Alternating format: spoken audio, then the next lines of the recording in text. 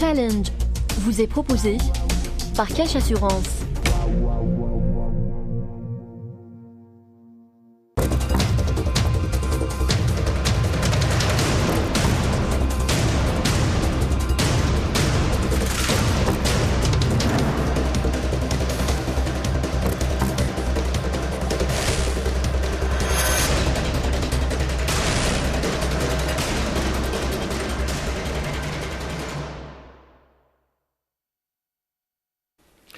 Mesdames, Messieurs, bonsoir et bienvenue sur Challenge. Nos exportations hors hydrocarbures s'élèvent à près de 2 milliards de dollars, un chiffre en régression, autant dire que c'est insignifiant au regard des richesses du pays et du nombre de ses habitants. Alors pourquoi en est-on encore là avec quelques 50 opérateurs qui activent réellement dans l'export, font face quelques 40 000 opérateurs à l'import? De quoi fulminer. Je reçois pour en parler un expert des questions à l'export. Smaïl Almas, bonsoir. Vous dirigez le cabinet Algérie Export. L'association, oui. Et vous suivez depuis longtemps ces questions qui sont liées aux exportations. Et durant tout ce temps, peu de choses ont été réalisées en matière d'aide à l'export, de soutien à l'export. À qui la faute? Bonsoir, bismillah.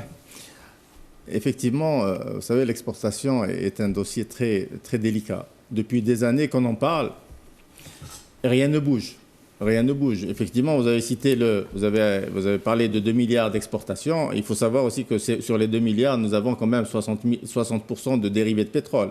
Donc, si vous faites bien le diagnostic, vous allez voir que nous faisons à peine 800 à 900 millions de dollars d'exportation. Le dossier n'avance pas. Le dossier exportation n'avance pas. Pour la simple raison qu'il est étroitement lié à la production, à l'économie. Quand on parle d'exportation, on parle d'offres. Quand on parle d'exportation, on parle de volume. Quand on parle d'exportation, on parle de qualité, on parle de normes. Et de production. Bien sûr. Donc, la production n'y est pas, ne suit pas. La diversification tarde à venir. La dépendance aux hydrocarbures, ce qui fait que on fait du surplace depuis pas mal d'années. Et on a oublié que la problématique de l'exportation n'est plus ce qu'on a cru pendant des années, que c'était lié à l'opérationnel. Ce n'est pas le cas. Le problème ou la problématique de l'exportation est liée à la stratégie. C'est le volet stratégique qui fait défaut. Il n'y a pas de stratégie. Pour la simple raison que l'exportation lui-même, enfin en tant qu'activité, est un modèle économique. Ce qui fait que, avant de parler d'exportation, il faut parler déjà d'économie, de modèle économique. Quelle économie nous voulons?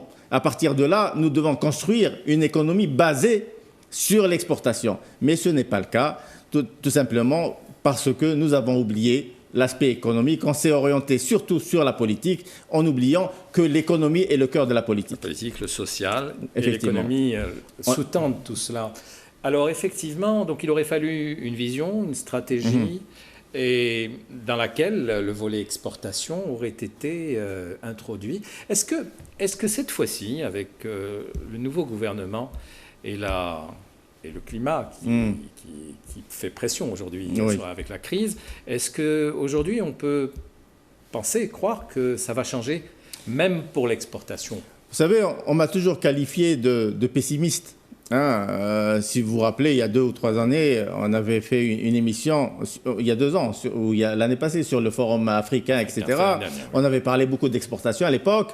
J'avais dit qu'on n'allait rien faire, même si les intentions étaient bonnes. Mais aller de cette manière et traiter de cette manière l'activité export serait trop simpliste. Donc, la stratégie, justement, devait prendre en considération un certain nombre d'aspects, un certain nombre d'axes sur lesquels il fallait s'appuyer pour justement l'élaboration de cette action, de ce plan d'action. Aujourd'hui, on parle de gouvernement, de nouveau gouvernement. Il y a effectivement sur le plan d'action du gouvernement Yahya un certain nombre... Et notamment la relance du Conseil national des exportations. Voilà, encore une fois, un faux débat. Là, on parle du Conseil national consultatif pour les exportations, alors qu'il y a déjà un conseil au niveau du CNCPME, le Conseil national pour la promotion de la PME-PMI. Ce conseil existe depuis pas mal d'années. Il faudrait déjà voir ce que ce conseil a fait Il faudrait penser à faire, disons, une petite évaluation de l'action de ce Conseil avant de parler d'un autre Conseil. Donc, ce n'est pas ça le problème. Le problème, si ce Conseil vient dans le cadre d'une stratégie globale, il vient pour apporter un plus, il vient pour répondre à un besoin, il vient pour réaliser des objectifs bien tracés. Là, je serais d'accord avec cette approche. Mais ce n'est pas le cas. On est encore dans le faire semblant. Dans le faire semblant, c'est du réchauffé. On va demander à ce Conseil, justement, d'établir une ligne de conduite. Non, ça ne peut pas marcher. Le Conseil ne doit être qu'un élément d'accompagnement aux exportations ou là aux exportateurs, sans plus. Il ne peut pas faire prendre la place du gouvernement, parce que là, on parle de stratégie. Quand on parle de stratégie, il est question d'un travail gouvernemental. C'est le gouvernement, via la tutelle, qui doit mettre en place cette stratégie. Et je rappelle que cette stratégie doit être élaborée avec la contribution de tous les secteurs productifs. D'accord. Que répondez-vous à ceux qui disent, mais c'est pas la peine de parler d'exportation dès lors qu'il n'y a pas de production? Vous savez, c'est vrai que quand on parle, je reviens à la stratégie, le premier axe sur lequel devrait reposer cette stratégie, c'est justement identifier cette offre. Très souvent, quand on parle d'exportation, on parle de l'Algérie, on parle de potentiel, l'Algérie dispose d'un potentiel important, etc. Moi, je suis d'accord avec cette... mais ce potentiel, pour l'exporter, il faudrait le toucher, il faudrait le palper, il faudrait le normaliser, il faudrait le quantifier, il faudrait le localiser. Donc, ce travail n'a pas été fait. Et du coup, nous ne savons pas ce que nous avons, ce que nous disposons comme offre. Là, vous parlez de production. Est-ce que vous avez des chiffres qui parlent, qui arrivent justement à quantifier cette offre? Nous n'avons pas de chiffres. Il y a beaucoup d'informels. Le marché n'est pas structuré. Et l'un des handicaps justement du développement de l'export, c'est ne pas avoir de marché. On ne peut pas réussir à l'international si le marché local, le marché domestique n'est pas structuré, n'est pas organisé. Donc là, pour revenir à l'offre, c'est vrai que l'exportation est liée à cette offre-là. Nous avons du potentiel, mais pour le définir, il faudrait aller en profondeur. Il faudrait faire un travail de diagnostic au niveau des secteurs productifs. C'est pour ça que j'ai dit qu'il faudrait quand même sensibiliser tous les secteurs pour nous donner des chiffres réels, concrets, palpables, des chiffres qui pourraient alimenter cette stratégie, des chiffres qui pourraient me dire clairement ce que nous avons à exporter, ce que nous pouvons exporter aujourd'hui, ce que nous pourrons exporter, nous pouvons éventuellement exporter à terme, dans 6 mois, dans 1 an, etc. Parce que l'exportation est une programmation. On oublie le détail. Très souvent, quand on parle d'exportation, on parle d'excédent. Mais on n'exporte pas l'excédent. L'exportation est une programmation, est une opération programmée. Voilà. Et pourtant, il y a quelques industriels, quelques opérateurs qui exportent, malgré tout. Je vais vous étonner. Enfin, vous devez savoir. Ça peut fonctionner. C'est faisable. C'est faisable. Nous pouvons le faire. Nous pouvons l'exporter. Et tout s'exporte. Si vous éclatez la facture d'importation qui provient de la Chine, vous allez voir que vous pouvez trouver plein des milliers de produits, allant du boulon au truc plastique, plein de choses. Donc nous pouvons exporter plein de choses. Mais ce qu'il y a, c'est que nous n'avons pas de chiffres. Moi, j'ai entendu monsieur le ministre du Commerce, monsieur Ben Meradi, parler, je ne sais pas, je crois qu'il a rendu visite à une usine où là, il a inauguré, je ne sais pas, il a parlé de l'électrodomestique, du secteur électrodomestique. Oui, il a avancé un chiffre que l'Algérie exportait $1 million de produits électrodomestiques. Le soir même, je vois le président de Condor qui dit qu'il fait 10 millions d'exportations, rien que Condor. Vous voyez qu'il y a Moi, j'ai assisté à une séance de travail avec un opérateur de téléphonie algérien qui fait le montage il a eu un marché en Espagne et au Portugal de près de $50 millions. Donc pour vous dire que même dans les produits sensibles, les produits à haute technologie, à haute technicité, nous pouvons nous placer. Mais pour cela, il y a tout un travail à faire. Ce travail, il est plus à faire au niveau du gouvernement, de l'administration, ou il est plus à faire au niveau des opérateurs? Avant d'aller au micro, il faudrait peut-être parler du macro. Là, l'opérateur, il est perdu. L'opérateur est perdu parce qu'il n'a pas de repères. Il n'a plus de repères, il ne sait plus à qui s'adresser.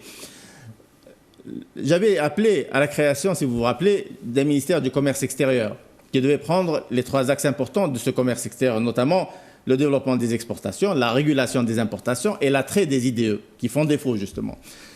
On m'avait reproché, encore à notre ministère, etc. Mais vous avez une activité export qui devient essentielle et vitale pour notre économie. Il n'y a personne vraiment qui encadre cette activité. Vous avez un autre problème qui est l'importation. Tout le monde en parle, nous avons des factures qui dépassent toutes les normes et personne n'arrive à réguler cette facture parce qu'il n'y a pas une administration bien structurée, bien organisée pour prendre en charge ce dossier. J'ai appelé aussi à développer l'aspect IDE parce que c'est essentiel pour développer les exportations. On a oublié cela. Personne ne prend en charge le dossier. C'est très essentiel. Les IDE ont fait le bonheur des pays du sud-est de l'Asie. Les IDE font le bonheur de nos voisins. 60% des exportations marocaines sont faites grâce aux IDE. Donc, nous sommes loin de tout cela. Oublions au passage que la concurrence est rude entre pays pour attirer justement ces capitaux. L'Algérie ne dispose pas de politique pour attirer ces IDE. Et là, nous avons un retard énormément à combler pour essayer de récupérer ce terrain perdu. Le président de l'Annexal, je l'écoutais il y a peu, dire que le ministère du Commerce était dévitalisé. C'est-à-dire qu'il a perdu beaucoup de ces hommes qui avaient la maîtrise du métier et qu'aujourd'hui, il y en a encore moins. Est-ce que vous partagez cet avis ? Oui, je pense que le développement de tout secteur repose sur le capital humain. Je vais aller plus loin. Le développement de l'économie repose sur le capital humain. Nous avons oublié complètement, écarté complètement ce paramètre essentiel et important. Nous avons écarté les compétences. Il y avait des compétences au ministère du Commerce, comme le reste des autres ministères. Mais malheureusement, soit ils sont partis, soit ils ont été écartés. Donc c'est vrai que parler d'exportation ou parler du développement d'une activité, sans parler de la compétence qui est essentielle, qui doit être au cœur de tout projet, est une approche tout à fait erronée, fausse. Donc là, il faudrait revenir à l'essentiel, mettre une structure qui prendrait en charge l'activité export, au même titre que les autres axes du commerce extérieur, parce qu'on ne peut pas les dissocier. Appeler ça ministère de je ne sais pas quoi. Moi, j'ai dit ministère pour avoir, pas un secrétariat d'État, un ministère. Pourquoi ? Parce que le ministre du commerce extérieur sera appelé à travailler en étroite collaboration avec les autres ministres des autres secteurs. S'il a un grade en moins, il pourra pas apporter recenser les informations nécessaires pour alimenter cette stratégie. Donc là, c'est essentiel. Une fois la structure identifiée, les compétences mises en place, nous pouvons après parler de stratégie. Identifier l'offre exportable. 2, cibler les marchés. 3, une politique d'accompagnement. 4, logistique et transport. Les 4 axes font défaut. Si vous n'avez pas ces 4 axes, vous ne pouvez pas parler d'activité exportation. On marque une pause et on se retrouve dans un instant.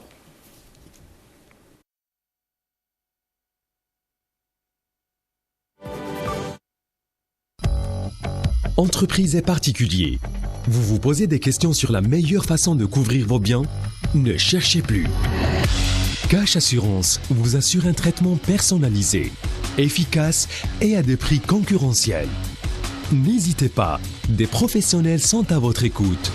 Pour plus d'informations, rejoignez-nous sur le site www.cash-assurance.dz. Cash Assurance, votre confiance et notre réussite.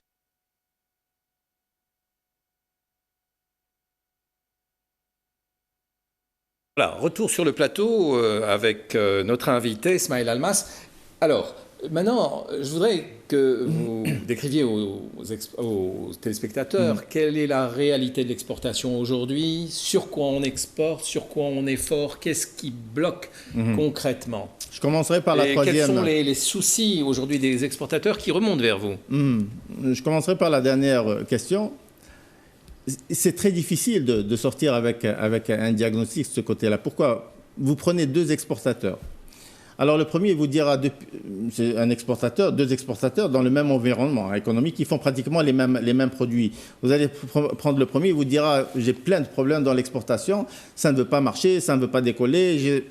Et vous prenez le deuxième, il va vous dire le contraire, que tout se passe bien, il n'y a pas de souci, j'ai un plan, j'ai un programme, tout se passe bien. Donc c'est très difficile de sortir avec quand même un constat sérieux. Cela dit, il reste encore pas mal de problèmes à régler. Il restera encore pas mal de problèmes à régler tant que nous n'avons pas une vision, nous n'avons pas un plan bien structuré, bien détaillé et bien ficelé, hein, et constant pour justement corriger tous les points noirs qui entravent le développement de cette action, le développement de l'activité export. J'avais parlé de stratégie, et la stratégie ne peut pas être élaborée uniquement par une structure ou par un ministère, c'est l'affaire de tout un gouvernement. Quand on parle d'exportation, on parle de transport. On a besoin, donc il y a le ministère du Transport qui doit intervenir. Quand on parle d'exportation, on parle de douane. Donc il y a le ministère des Finances qui doit intervenir. Quand on parle d'exportation, on parle de financement. Donc il y a les banques et la Banque centrale qui doit intervenir. Quand on parle d'exportation, on parle de compétences. Les programmes universitaires, etc., on doit les adapter à la réalité d'aujourd'hui. Donc quand on parle d'exportation aussi, on parle de promotion. Il y a les affaires étrangères qui doivent intervenir. Quand on parle d'exportation, on parle de libre-échange. Et il y a la diplomatie et la politique qui doit y aller dans ce sens pour essayer de développer, d'aider et d'accompagner nos opérateurs à pénétrer des marchés dans lesquels il est très difficile d'y aller vu tout ce qui est taxes, tout ce qui est... Alors tout ça existe avec certains pays notamment, non? Lesquels? Il y a avec la communauté européenne. Nous avons des accords de libre-échange, on n'en profite pas. Nous avons des accords avec la zone arabe de libre-échange. Il y a des listes négatives, etc., donc qui nous empêchent d'exporter tout ce qu'on a comme produit, sachant qu'ils ont quand même, les pays arabes, maintenant, ils ont une avance terrible sur nous concernant l'exportation. Maintenant, il reste l'Afrique. Ça a été avec le Sénégal, par exemple. Vous savez, on ne peut pas prendre comme ça, pays par pays, mais on a parlé du marché africain, si vous vous rappelez. Je reviens au marché africain. J'avais dit que c'est bien beau d'aller sur l'Afrique. Moi, il n'y a pas de limite. C'est-à-dire, on peut y aller en Afrique, en Asie, etc. Mais cela dit, il faudrait préparer le terrain pour y aller. Nous ne sommes pas dans l'OMC, nous n'avons pas d'accord de libre-échange avec les Africains, ce qui fait que quand on va en Afrique, on est beaucoup moins compétitif que les autres pays qui ont l'avantage des accords de libre-échange, qui sont soit dans le cadre de l'OMC ou dans le cadre de... Donc, ce qui fait que c'est bien beau de parler d'Afrique, c'est bien beau de parler de marché, mais il faudrait qu'il y ait une politique, justement, pour faciliter l'accès sur ces marchés. C'est ce que les autres États font. Souvent, certaines oreilles, ça les horripile qu'on parle de pays comme la Tunisie ou comme le Maroc. Le Maroc qui s'est très bien introduit apparemment sur le marché africain. Quelle a été sa politique? Est-ce qu'il a réussi à faire conjuguer tout cela, transport, diplomatie? Effectivement. Là, les Marocains ont bien compris que, premièrement, la gestion du commerce extérieur ou l'exportation, c'est du business. Donc, si on parle de business, il faudrait avoir quand même des gens qui ont un esprit business pour justement faire avancer les choses. Ce n'est pas le cas chez nous. C'est très bureaucratisé, donc c'est complètement différent. Les Marocains ont déjà recensé, ont fait une approche très technique sur les marchés africains. Ils ont réussi à recenser quand même les besoins des pays. Une fois les besoins recensés, ils ont développé des accords politiques très poussés avec ces pays-là. C'est très important. Une fois les accords poussés, tout ce qui est libre-échange, etc., leur a permis aussi de pénétrer ces marchés avec un avantage très, très, très, très significatif. Le côté logistique et transport, ça aussi, c'est un volet, un aspect très important. Les Marocains ont des lignes tous les jours sur les pays africains. Ils ont instauré une politique de transport qui répondait justement aux besoins de leurs exportateurs. C'est ça, nous, ce n'est pas le cas. Il y a les banques qui accompagnent les exportateurs marocains. Il y a les banques qui sont installées en Afrique et qui ont déclassé les banques françaises. Pour vous dire l'importance accordée à l'exportation, à l'activité export. Et de plus en plus de partenariats se font avec les Libanais sur place, les Libanais qui étaient là avant. Je voulais arriver à cela. Et aussi, ce qui a aidé les Marocains à se développer en Afrique et même ailleurs, et tant mieux pour eux, c'est surtout la politique d'attrait des IDE. un grand travail de partenariat qui a été effectué depuis des années avec pas mal de partenaires étrangers et qui ont utilisé le Maroc comme étant plateforme pour justement pénétrer des marchés comme le marché africain. Très bien. Alors, maintenant que la crise est là et qu'elle frappe à la porte fortement, est-ce que ça va réussir à faire bouger les choses cette fois? Non, non, ça ne va pas marcher. Ça ne va pas marcher. Le gouvernement actuel ne pourra rien faire. Je n'ai rien vu de palpable, je n'ai rien vu de bon. Hein, je suis désolé de le dire. Là, on est encore dans l'opérationnel. J'ai vu le plan d'action du gouvernement. Il parle d'assurance export, il parle d'études de marché à l'international, il parle de plateforme exportation, etc. C'est des détails, c'est du réchauffé. Donc, nous avons déjà vu tout cela, le conseil consultatif, etc. C'est du déjà vu, c'est du réchauffé. Donc, si on veut aller à l'international, il faudrait déjà revenir bien en arrière, revenir en amont. Il faudrait déjà se mettre d'accord sur le type de modèle ou le modèle économique que nous voulons faire. Qu'est-ce qu'on veut faire de cette économie d'abord? Une fois le modèle défini, à partir de là, si nous voulons aller à l'international, il faudrait construire une administration qui répondrait à ce besoin. Là, on a oublié le côté ADA. Vous avez une administration qui n'a pas été conçue pour cela. Nous avons voulu faire une mutation d'une économie qui dépend des hydrocarbures vers une économie diversifiée, sans pour autant faire accompagner cette mutation par les constructions ou les réformes ou les transformations nécessaires justement pour faciliter cette mutation. Ce n'est pas le cas. On se rend compte que le chantier est titanesque. Eh ben oui, déjà, il faudrait penser à mettre en place des compétences pour essayer de changer les choses. Là, on veut changer les choses avec les mêmes personnes. Ce n'est pas possible. Et où va-t-on trouver les compétences, surtout dans ce domaine d'exportation qui nécessite de l'expérience? Vous savez, là j'ai croisé, il y a quelque temps, un homme d'affaires, un industriel. Hein, il a pas mal, il a un grand groupe, il a pas mal d'entreprises. Il me dit, c'est l'Almas, à chaque fois que je vous entends, vous parlez d'exportation, il faut exporter, etc. Khalid, je n'arrive pas à exporter. Je lui ai dit, écoutez, vous avez un complexe de plusieurs centaines de milliards, etc. Il me dit, oui, vous n'avez pas pensé à ramener un monsieur export dans votre groupe? Il n'y a pas ici, il n'y a pas de... Non, vous pouvez ramener un spécialiste en export qui soit français, marocain, tunisien, puisque vous ne faites pas confiance aux Algériens. Vous lui donnez 3 000 à 4 000 euros, il va vous faire des miracles. Donc là, c'est très faisable. Des fois, ça s'arrête à un petit détail. Donc, les compétences, il y en a. S'il n'y a pas, on doit les former. On est obligé d'aller vers ça. On ne peut pas continuer avec des charlatans pour développer le commerce extérieur. C'est trop sérieux.